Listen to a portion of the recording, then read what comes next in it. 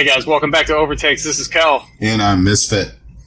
And we are here with our second part of our wish list for Season 2 of Overwatch League. So this whole thing, we're going to talk about a few different things that we want to see. And this is mostly about the players and just how they interact with the teams and how the teams interact with them, picking them up, dropping them, players unionizing, that kind of stuff. We're going to go over all of that. A lot of the background stuff that we don't normally, like, you don't see with the matches, but like the stuff that needs to happen in our eyes with the league to make it prosper, I guess. Exactly. Right. So if you guys like that, don't forget to give us a like, a subscribe. All that stuff really helps. Anyone that's already done that, we really appreciate it. So let's jump into it. So the one big thing, and it's something we talked about quite a bit, especially early on in the season, it was something we talked about a lot, and that's unionizing. These guys need to unionize badly. Yeah, I think so. Maybe not in the formal union kind of way, but in an association way where they work with Blizzard and the esports division and just get a lot of things worked out. Because there's some stuff that goes on, like that we heard with Shanghai, for instance. You know, they're practicing 14 hours a day. They're there all day long, all night long. So there's like universal rules for how often they can practice, like, and different things like that. Yeah. And that's the big thing, like, because we're not necessarily saying that, like, the players are getting fucked over right now. It's not like the NFL and back in the day or the NBA. Right. Or any of that kind of stuff. We're not talking about CBAs and all that kind of technical legal bullshit. We're talking about just for the betterment of the league and for the betterment of the players, because we had a lot of situations, well, a couple that came up too, that where you didn't know how this happened to you know, where it got to, like, with effect. For instance, you know, the dude needed help. I mean, it was obvious. He was grinding. Right. He was, like, obsessed with winning. He kind of went a little mental. And they need someone or some things in place to help guys like that dude. And I don't give a fuck what some of these other guys say, like Thorin and some of these other guys, like, oh, fucking suck it up and whatever. You know what? Yeah. Most people suck it up, but you know what? You still need someone to say, hey, dude, you need to fucking back down. Mm-hmm. Exactly. And that's the big thing is, like, if having a common resource that all of them can go to for that kind of thing, but then also, like we said, like, team practice times and all this other stuff, like, that's just stuff that needs to be set, because you have the situation like you had with Shanghai, where they were practicing so much that by the time they got there, it didn't even matter, because everything was such a mess, and, like, whatever they were practicing was obviously not working. Yeah, and they were just, it was futile at a certain point. Right. And there are other things too, like, that tie into the last one, where you get into situations with metas and stuff like that. The players need to come up front and say, hey, like with this Korean contenders thing, hey, this is not going to work. Right. You're not where the players themselves can actually have some influence on the decisions that are being made, and it's not just all coming from one side. Yeah. They need to work a little bit more in concert together to make it work a lot better. I mean, it was great. I'm not saying that I know some people are going to take this the wrong way, that, like, we're bashing the league. Oh, but yeah. This is to improve and to move forward, because you get more teams, you get more players, you get all this money. Which and influences a lot of stuff.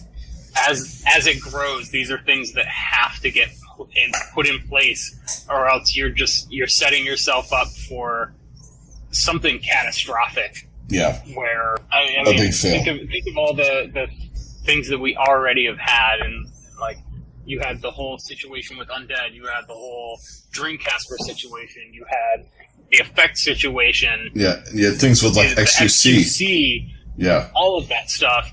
That all adds up, and that was just with 12 teams. What's it going to be like when you have 18, 20 teams and then more beyond that in future seasons, like and you're going to be a mess.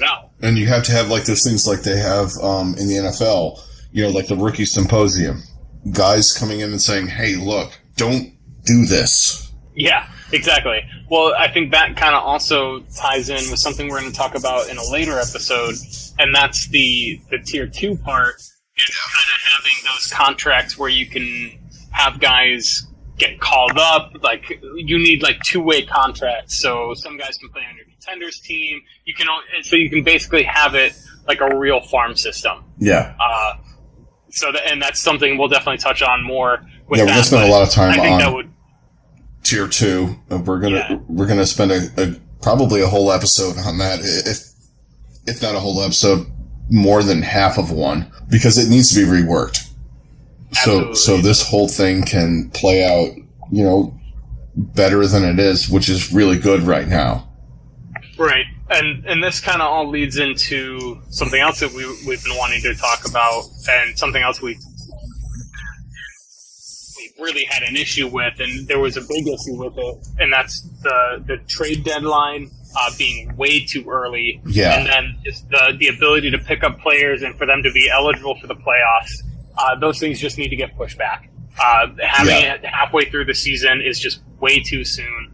It ends up just kind of sinking some teams. And there has to be some kind of special stipulations in there. Yes. If there's situations like Boston had with Dreamcatcher. Exactly. You should be able to pick up, and, you can even have, like, waivers, first refusal, all that kind of stuff, where the teams will be like, no. Right. But yes, you should be allowed to pick up a player. Yes. Yeah, like a waiver system, a hardship thing, I think is what they call it in the NBA. And obviously not a hardship thing, but it's like a hardship clause where they can have more players on their roster because they have so many injuries. Right. And they have even like in the NFL and some other leagues, they have the unwritten rule of, we just lost our starting left guard, unless you're Bill Belichick. So we're going to pick somebody up on the restricted waiver after the trade deadline thing, where he has to go through waivers. What is this? Every team. So you say you're going to pick up all right, say we'll go with Rascal. So say Rascal got cut by Dallas. In the NFL, what happens is Boston needed to pick him up because they lost Dreamcatcher. Every team has a chance to, if you say, we're going to sign Rascal, they have a chance to counteroffer. Yes. So what happens is in the NFL, there's kind of like this unwritten rule of, they lost their starting whatever. Just let them pick the guy up. Mm-hmm. Exactly. They need kind of some things like that.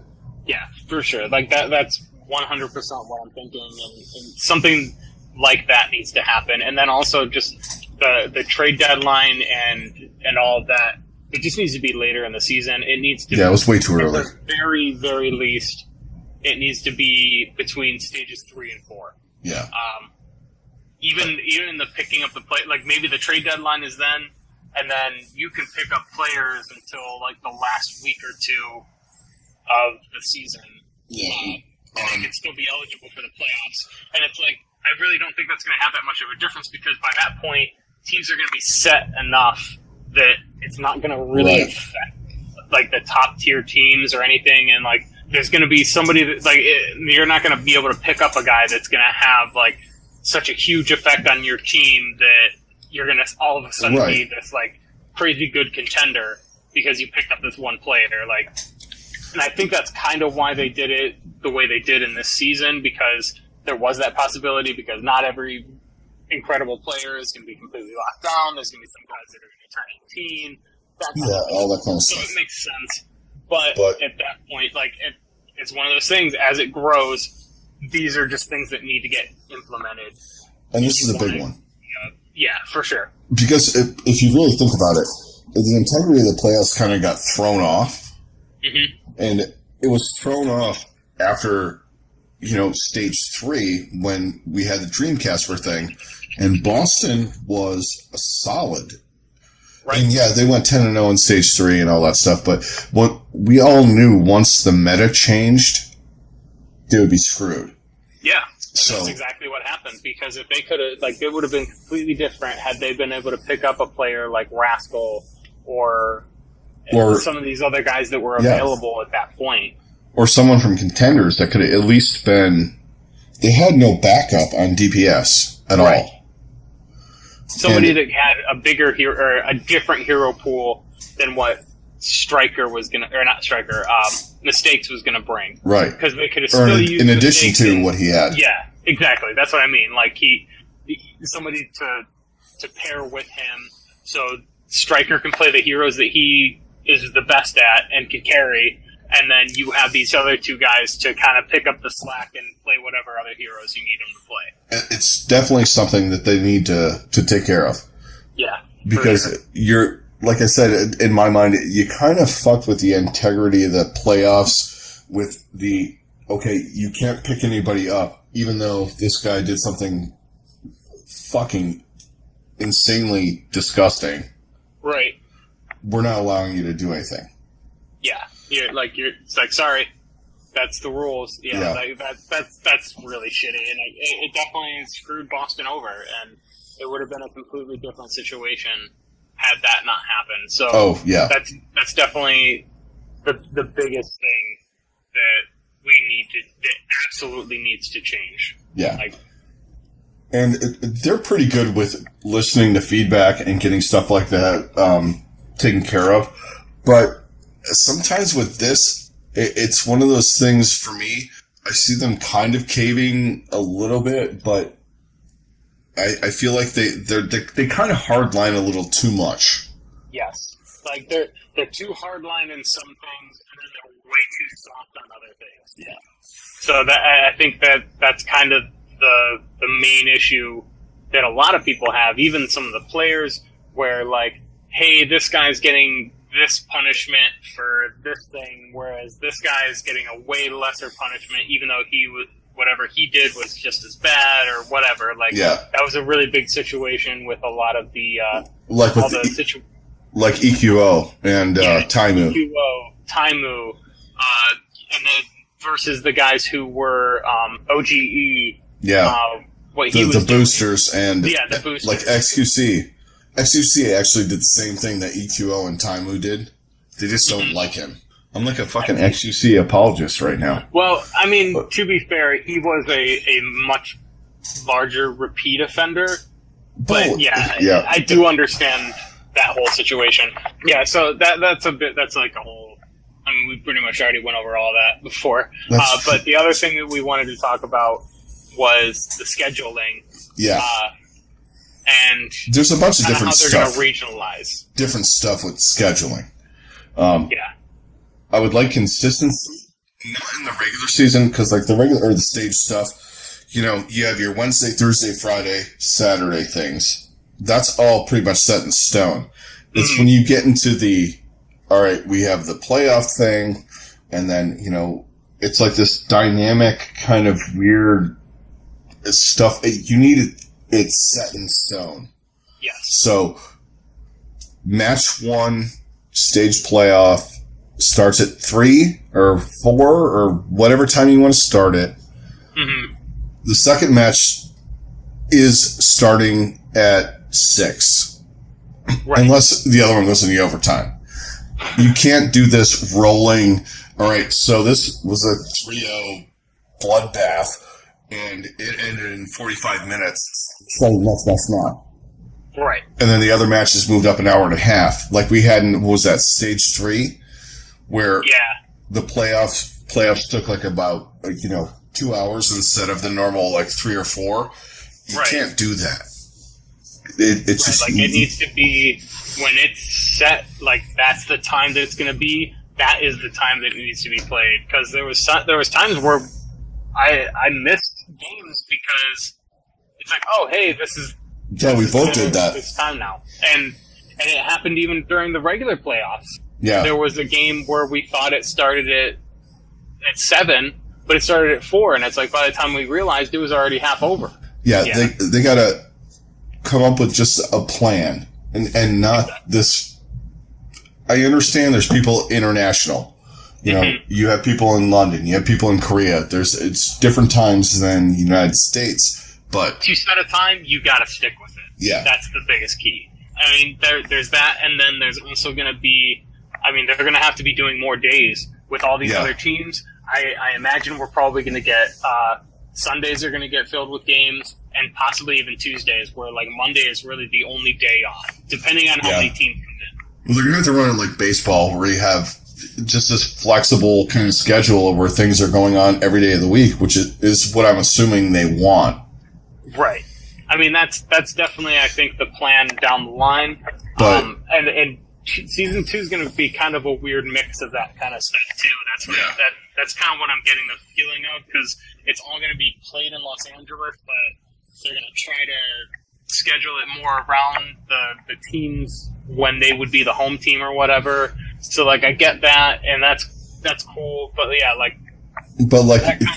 that kind of leads more into like where we think it should go as far as like once they fully regionalize and they have enough teams where they can have like this is the Asian region where you've got all the Korean teams, the Chinese teams, possibly an Australian team, like this area. Yeah, Australia, the Americas, and then Europe. I think it's basically that's.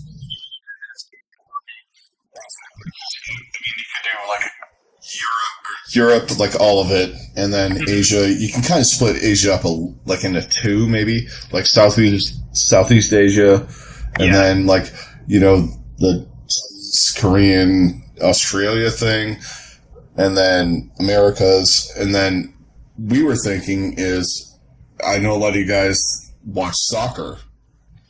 So you regionalize, and then whoever wins the region goes into kind of like a UEFA championship kind of thing, where you have our top 2 teams in each region, and then you play a series like after your regular season. Yeah, like so. Yeah, they would do like they'd be like, this is like the North American champs, but then like the 2 teams that played in the championship still get to go to the final. Yeah.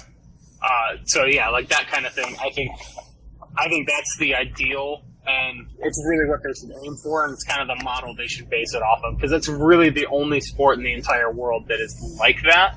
Yeah. For sure. I think the only other one that would come close would be, I know this is going real obscure for some of us, but actually the next closest would be cricket. Yeah, cricket does that too.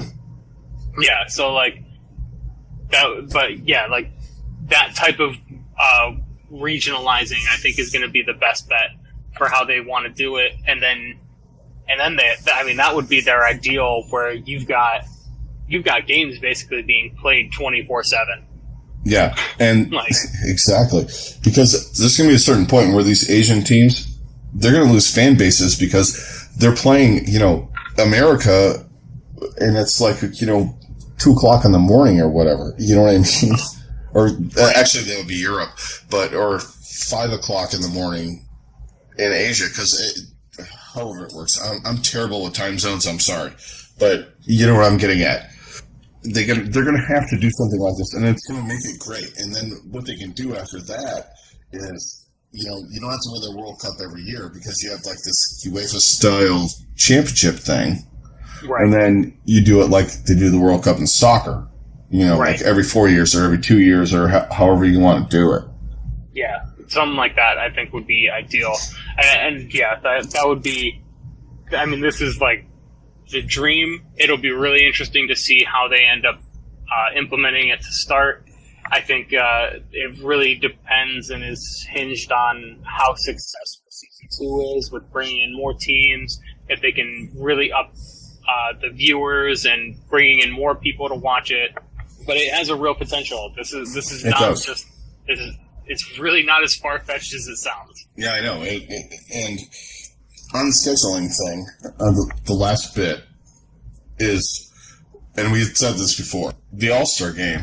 You throw that in that, the current style right now, the way they're scheduling, throw in that in between the regular end of the stage 4 and the beginning of the playoffs, if you want to give them that month off. Just throw it in the middle of that so you got a little something, it's not too stale and you're like, oh yeah, we're back. It's that's something else is I think it would be nice to spread the season out just a little bit more. Like 1 or 2 weeks in between stages is cool, but I think a nice 3 to 4 week break between stage 2 and 3, and then you do your all-star game in the middle of that. Yeah, I think that would be ideal. Then you're extending your season out a little bit longer, but then you're not having, and then you shorten that break in between the end of the regular season and the playoffs, so you're not having that huge gap, but you're still maximizing the time where you have games being played. Exactly. It's kind of like almost the NBA model where, you have this whole thing going and then all of a sudden it's like, okay, the finals, and then you have the summer, you take a little rest, and then it's, we got Rookie League, and then we got, the season starts in October. It's like 2 or 3 months away. The 6-month gap thing is going to kill them in the end. Yeah, it's definitely not gonna help them. And I'm going to throw one thing. I think the World Cup will kind of help. Yeah. But at the same point, I don't know if it'll be enough. I'm gonna throw something in here. This is going back to ancient baseball times. Now, what I want to see is, this goes kind of in the scheduling, but not really. I want to see a little barnstorming. Like, if you're a soccer fan, the friendly match. Dumbest name ever. The orange slice and fucking get in the minivan match. What I'm getting at is they kind of hit a couple of towns in the off season, so you have maybe not like a full slate of matches, but you have Overwatch League in St. Louis, and we're gonna have Houston versus Dallas, and we're gonna have London versus the Valiant. You just have 3 matches or something like that, and you just change it every town. That way, you kind of get people in. Yeah. And you get people pulled in that are into the league, but can see it live and see how fun it is. Right, and that is a brilliant idea, because it would give people exposure to seeing it in a live environment, whereas right now, the only way to do that is to go to Burbank. Or to have been one of the 30,000 that was able to go to the finals, and that was it. Yeah. Whereas, if they're coming to your town, that's a really cool idea, and I would love to see something like that. Yeah, it's just something I thought of right now. Even if it's not even in America, they go to Busan, they go to different places, Japan or wherever. You just do a match or a few of them. These guys will fucking do it. Absolutely. And then, make that part of their contract. They get paid and all that. And it's just kind of part of their off season. They still get, however long off in between the season. But, because, it's not because any of these guys are going to stop playing the game. They're still playing it. And it's not like they're going to have to, really prepare for these games, because they don't really matter. They're more just kind of, they're like a glorified preseason game, but right. It's still a cool idea, and just kind of giving people a chance to see it live. I think that's a really great idea. Yeah, it's like a kind of a goodwill, not goodwill, but showing people what it's like live. More of a community outreach type of thing. Yeah, exactly. And what it's going to do is say, hey, we want a team here. This is fucking awesome. That's my whole thing. Yeah, I think that's a great idea. All right, guys. That's going to do it for part 2 of the wish list. So if you guys like that, what you're hearing, please hit a like. Please hit a subscribe. And thanks a lot for all of your support. All of you guys that are new, definitely hit a like and subscribe. We're going to be hitting you guys with some more stuff that we would like to see in the Overwatch League for Season 2. So definitely stay tuned. Hit the bell, get an alert, and that way you'll know when we're going to post our next video. So you guys have a great rest of your day, and we'll talk to you later. Catch you guys on the next one. Later.